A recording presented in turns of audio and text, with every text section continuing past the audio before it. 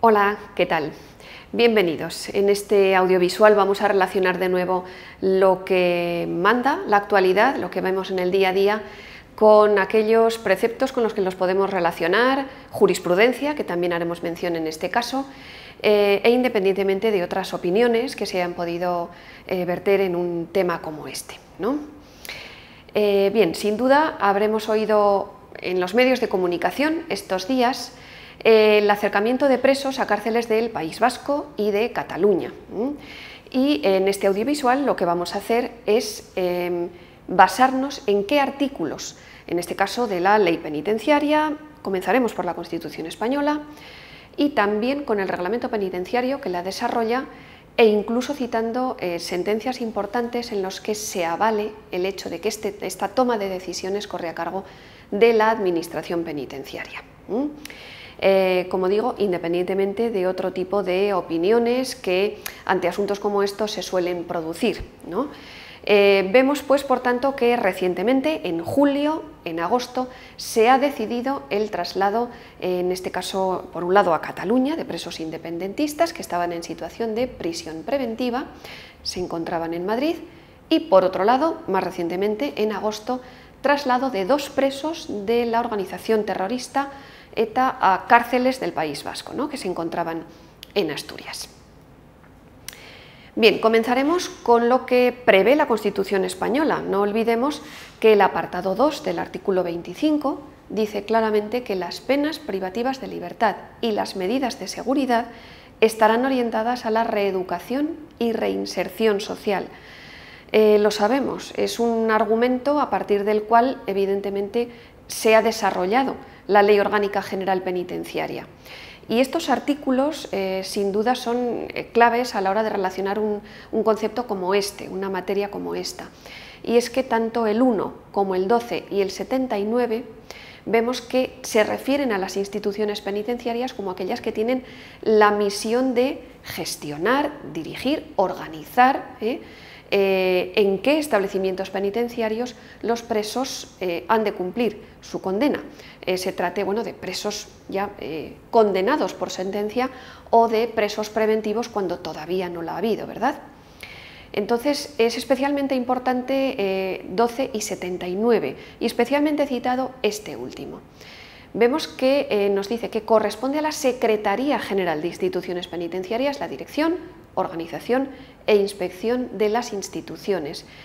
Y hay una expresión que además a la que se alude con frecuencia, que es evitar el desarraigo social, en cuanto a permitir la cercanía con el domicilio familiar, etc., ¿no? Vemos que también adopta la misma posición el artículo 31, no podía ser de otra manera, del reglamento penitenciario que precisamente desarrolla la ley orgánica, y es que se basa a su vez en el 79 de la ley que acabamos de citar, para volver a insistir en que el centro directivo, ahora nos detendremos en este concepto, tiene competencia exclusiva para decidir la clasificación y destino de los reclusos en los establecimientos penitenciarios. Entonces, este centro directivo, que no es sino la Secretaría General de Instituciones Penitenciarias, ordenará los traslados con arreglo a lo que le haya informado las juntas de tratamiento o, en su caso, el director del establecimiento penitenciario. Si se trata de un traslado de un penado, se deberá notificar al juez de vigilancia penitenciaria, y si se trata de detenidos y presos, entiéndanse preventivos, se notificará a las autoridades a cuya disposición se encuentren.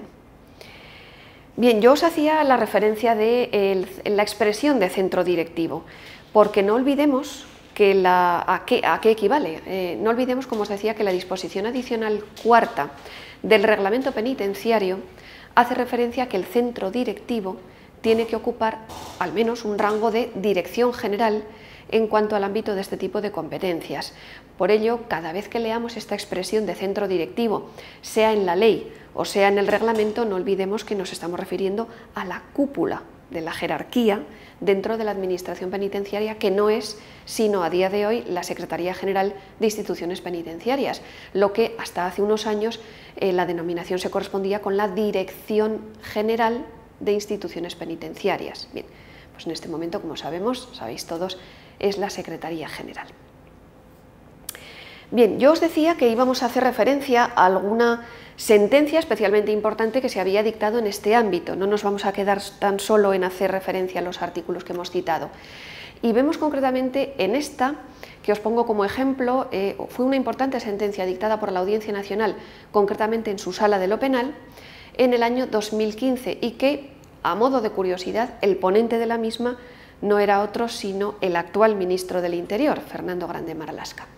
Bueno, pues en esta sentencia se citan los artículos a los que hemos hecho referencia, artículo 31 del reglamento, artículo 79 de la ley, y además dos sentencias especialmente importantes como dictadas en 1986 por parte del Tribunal Constitucional y del Tribunal Supremo, que no es sino afirmar en ellas igualmente que no se atribuye al juez de vigilancia el hecho de conocer de los recursos que se hayan podido entablar contra resoluciones de la Dirección General, entonces Secretaría ahora de Instituciones Penitenciarias, en cuanto al traslado de penados, sino que en todo caso sería correspondiente conocer de este tipo de recursos a la vía administrativa y posteriormente a la jurisdicción contencioso administrativa.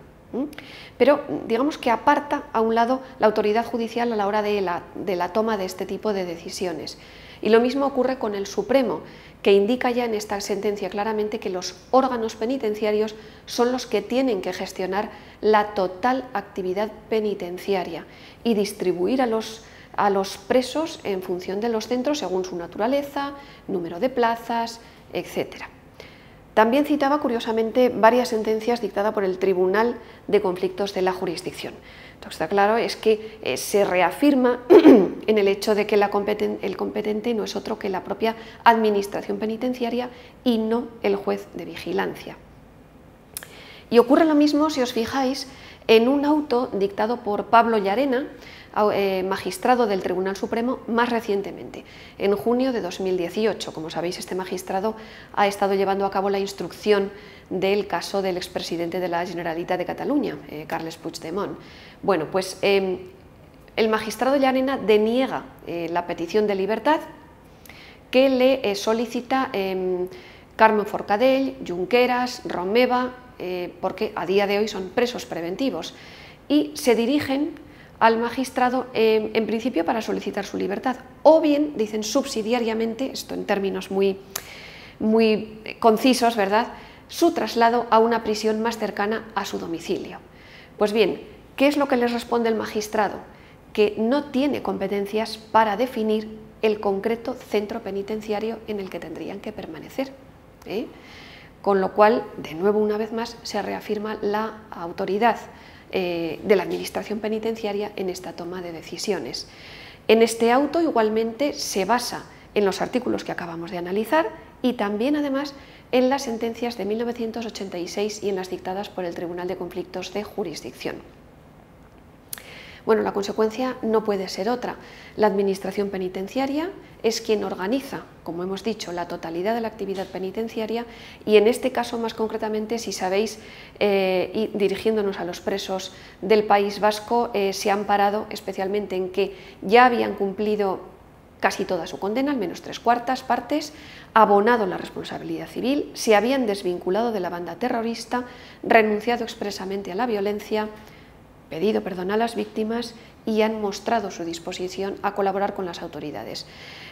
Si queréis consultar todo lo referente a estas premisas, las tenéis en el artículo 72 de la Ley Orgánica del General Penitenciaria, y como insisto, independientemente de las opiniones que se han podido mostrar acerca de posibles privilegios o concesiones a los socios de gobierno, en este caso al actual equipo de gobierno de la nación.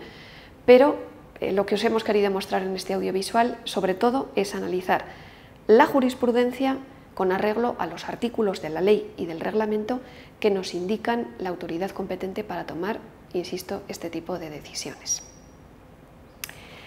Bien, pues hasta aquí el audiovisual. Espero que os haya aclarado, os haya parecido interesante y, como sabéis, bueno, estamos aquí dispuestos a seguir relacionando las noticias del día a día con lo que nuestro ordenamiento jurídico dispone, ¿vale? Así que nos vemos en próximas clases. Hasta luego. Gracias.